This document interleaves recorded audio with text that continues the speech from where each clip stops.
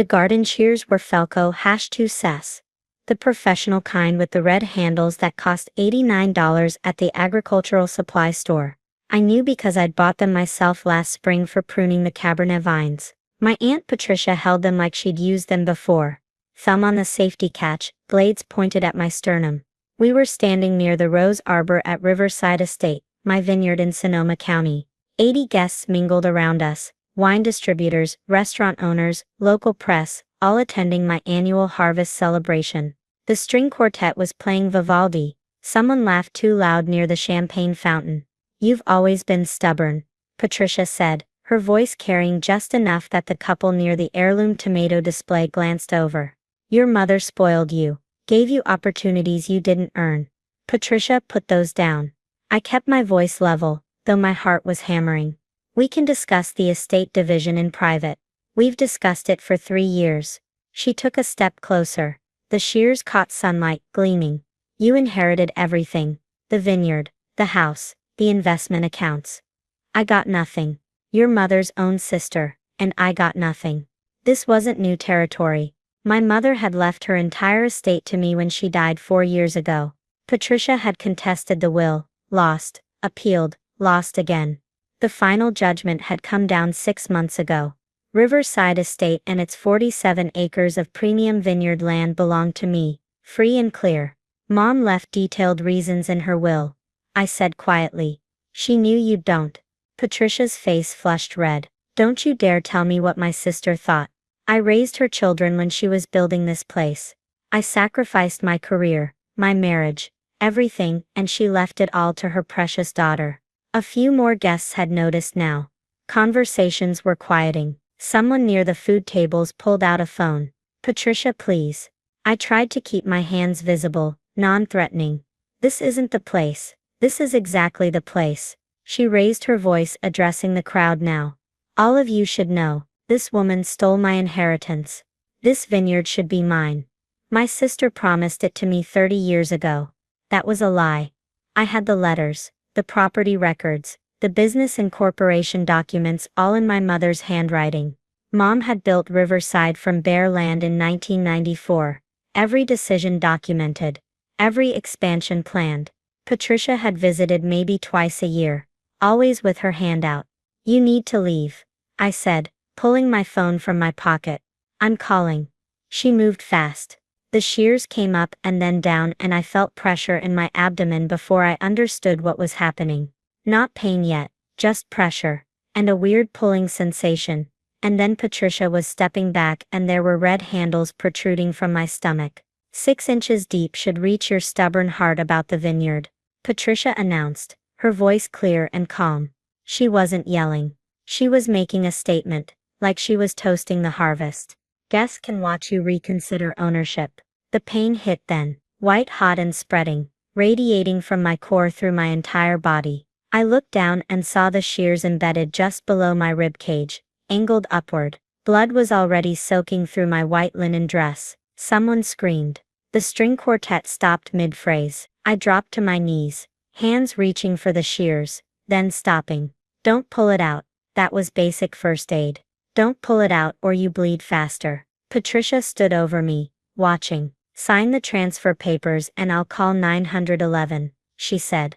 "They're in my purse. Sign over the vineyard and this all stops." My vision was graying at the edges. I could hear people shouting, running, but they seemed very far away. I needed to stay conscious, needed to make sure everyone knew this wasn't an accident, wasn't a misunderstanding. 2 vineyard workers reached me first, Marcus and his son Tony, who'd been managing the crush. Marcus knelt beside me, already on his phone. "Ambulance," he barked, stabbing at 4725 Vineyard Road. Woman with garden shears in her abdomen, conscious but in shock. "Patricia Hayes." I gasped out, my aunt's name. Patricia Hayes did this. My aunt. She wanted. I coughed and tasted copper. She wanted the vineyard. "Don't talk," Marcus said, but I shook my head. A Sonoma County Sheriff's deputy arrived before the ambulance. He'd been directing traffic for the event. I saw his boots first, then his face as he crouched down. "Ma'am, can you tell me what happened?" "Patricia Hayes." I forced the words out clearly. "My aunt. She stabbed me." Garden Shears. Because I won't sign over Riverside Estate. Each word hurt, but I needed them on record. Needed someone official to hear it. Witnesses. 80 people saw. The deputy was already moving, hand on his weapon, shouting at Patricia to get on the ground. She went willingly, almost peacefully. She's being dramatic, Patricia said as the deputy cuffed her. It's barely a scratch. All this over a piece of land that should have been mine anyway. The paramedics arrived.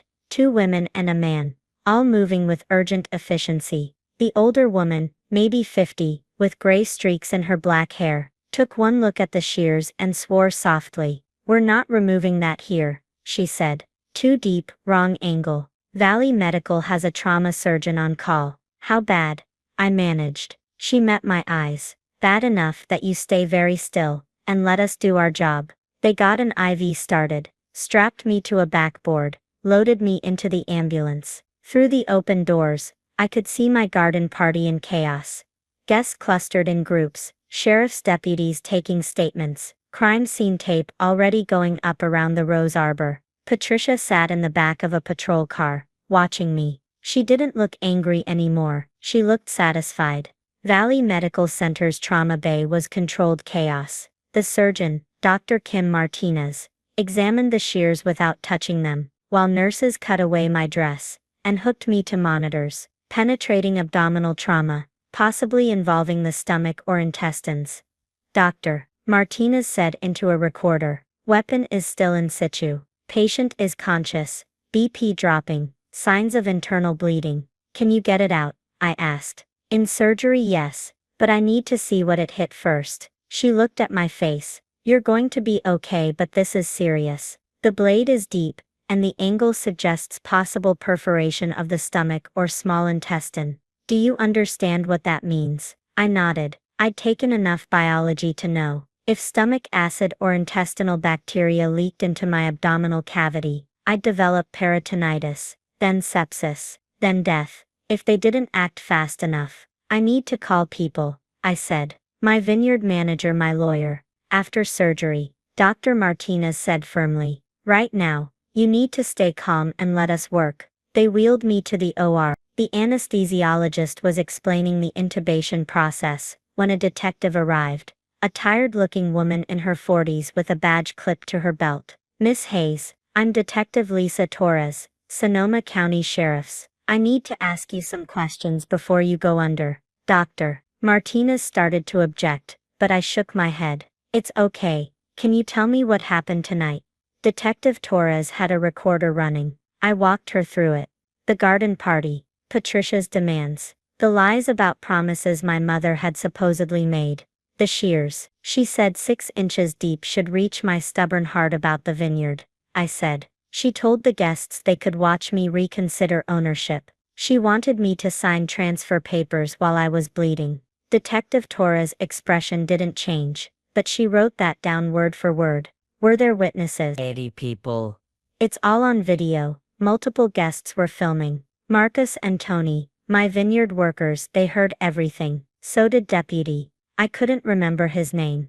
Deputy Morrison. He was first on scene. She clicked off the recorder. Miss Hayes, I want you to know we've arrested your aunt on charges of attempted murder and extortion. The DA's office has already been notified, given the number of witnesses and the severity of the attack. Good, I whispered. I woke up in recovery with a tube down my throat and my abdomen on fire. Dr. Martinez was there, still in surgical scrubs. 4 hours, she said, when they removed the breathing tube.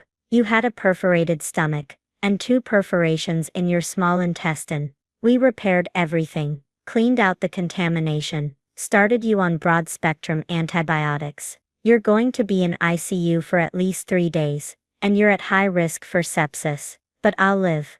If infection doesn't set in, yes. She pulled up a chair. Miss Hayes, I've been a trauma surgeon for 15 years. I've seen a lot of stab wounds. What happened to you was calculated. The angle, the depth, the location. Your aunt knew anatomy. She knew where to aim. I closed my eyes. She was a nurse. Before she retired, that explains it. Dr. Martinez paused. I've documented everything in detail. Photos, measurements, surgical findings. The police will get copies, but I want you to know, this wasn't a crime of passion. This was attempted murder by someone with medical knowledge. Over the next 3 days, I learned exactly how serious it had been. The stomach perforations had leaked partially digested food and acid into my abdominal cavity. The intestinal damage had contaminated the area with bacteria. Despite aggressive antibiotic treatment, I spiked fevers twice, developed an abscess that required drainage, and spent 48 hours on the edge of septic shock. Dr. Martinez brought in consultants. Dr. James Porter, from Stanford, who specialized in traumatic intestinal injuries. Sarah Kim from UCSF, a sepsis specialist. Dr. Robert Chen, no relation to anyone I knew, who ran the Northern California Trauma Network. By day 5, my chart showed consultations from 10 different general surgeons across 3 hospitals, all reviewing my case, my imaging, my surgical notes. Why so many? I asked Dr. Martinez during rounds. Because what happened to you represents a specific type of assault that crosses into territory we don't see often, she explained. Attempted murder by someone with medical knowledge, using a common agricultural tool, in a public setting, with extortion as the motive. The trauma surgery community wants to understand the patterns, document the approach, and make sure we're catching similar cases. She showed me the report they'd compiled, 23 pages detailing the attack, the injuries, the surgical intervention, the complications, and the recovery protocol. It read like a medical textbook chapter. This is going to the Northern California Emergency Surgery Network, Dr. Martinez said, and to the district attorney's office as evidence. Detective Torres visited on day 6. I was off the heavy painkillers and could think clearly again. Your aunt is being held without bail, she said. We have witness statements from 73 guests, plus video from 17 different phones. The DA has charged her with attempted murder, assault with a deadly weapon, extortion, and elder abuse. You're technically not elderly, but the power dynamic and family relationship qualifies. What's she saying? That you've been keeping her from her rightful inheritance, that your mother promised her the vineyard, that she was just trying to make you see reason. Detective Torres shook her head. We subpoenaed her financial records. She's in debt for $340,000. Gambling, mostly. She needed your vineyard to pay it off. That made a sick kind of sense. Patricia had always lived beyond her means. The DA wants to meet with you when you're recovered, Detective Torres continued. The medical evidence is overwhelming. 10 surgeons consulted on your case, all documenting that the injury was consistent with deliberate infliction by someone with anatomical knowledge. Combined with the witness statements and video evidence, this is one of the strongest attempted murder cases I've seen. She stood to leave, then paused. For what it's worth, naming her while you were still conscious on scene, that was smart. Your statement to Deputy Morrison, and to the paramedics established everything before you went into surgery. A lot of victims don't think that clearly when they're injured. After she left, I pulled up my phone and checked my email for the first time in a week. My vineyard manager had sent daily updates. The harvest had continued despite everything. Grapes don't wait for human drama. The workers had rallied, the distributors had been understanding, and somehow Marcus had kept everything running. There were messages from friends, from other vineyard owners, from people I barely knew expressing shock and support. And there was an email from my lawyer, Henry Voss, with a subject line that read Urgent Patricia's prior attempts. I opened it. Henry had gone through my mother's old papers, boxes I'd kept in storage, but never fully examined. He'd found letters dating back 15 years. Letters where Patricia had demanded money, threatened lawsuits, claimed the vineyard should be hers. In one from 2019, she'd written, "If you don't make this right, I'll make you regret it. Family loyalty goes both ways." In another, from 2021, shortly before my mother's death, "That vineyard will be mine one way or another. You can't hide behind your daughter forever." My mother had documented everything, every demand, every threat, every manipulation. She'd kept records like she kept vineyard logs, meticulous, dated, cross-referenced. At the bottom of Henry's email was a final note. This establishes a pattern of threatening behavior spanning 15 years. The DA will want these. I'm forwarding to Detective Torres. I was discharged on day 12. The incision ran from my sternum to my navel, held together with 47 staples. I had instructions for wound care, antibiotics, pain management, and weekly follow-ups. Dr. Martinez walked me through everything personally. You'll have scarring, she said. Significant scarring. But you'll heal.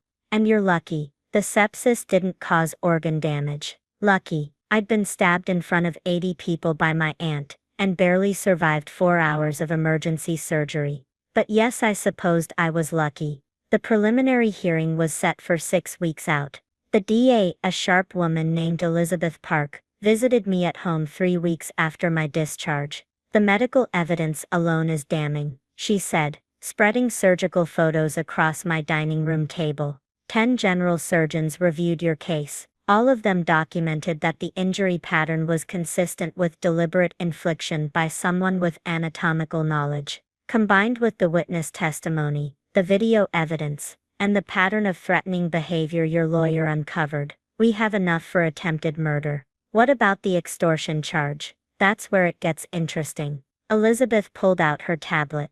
Your aunt demanding you sign transfer papers, while you were actively bleeding from a stab wound she inflicted. That's textbook extortion, but it's also premeditated. She brought the Shears with her. She chose a public setting. She made demands before and during the attack. This wasn't a crime of passion. She showed me the timeline her team had built. Patricia had arrived at the garden party an hour early. She'd been seen near the tool shed, where the Falco shears were kept. She'd positioned herself near the rose arbor, away from the main crowd, but visible enough for witnesses. She'd waited until I was isolated. She planned this, Elizabeth said.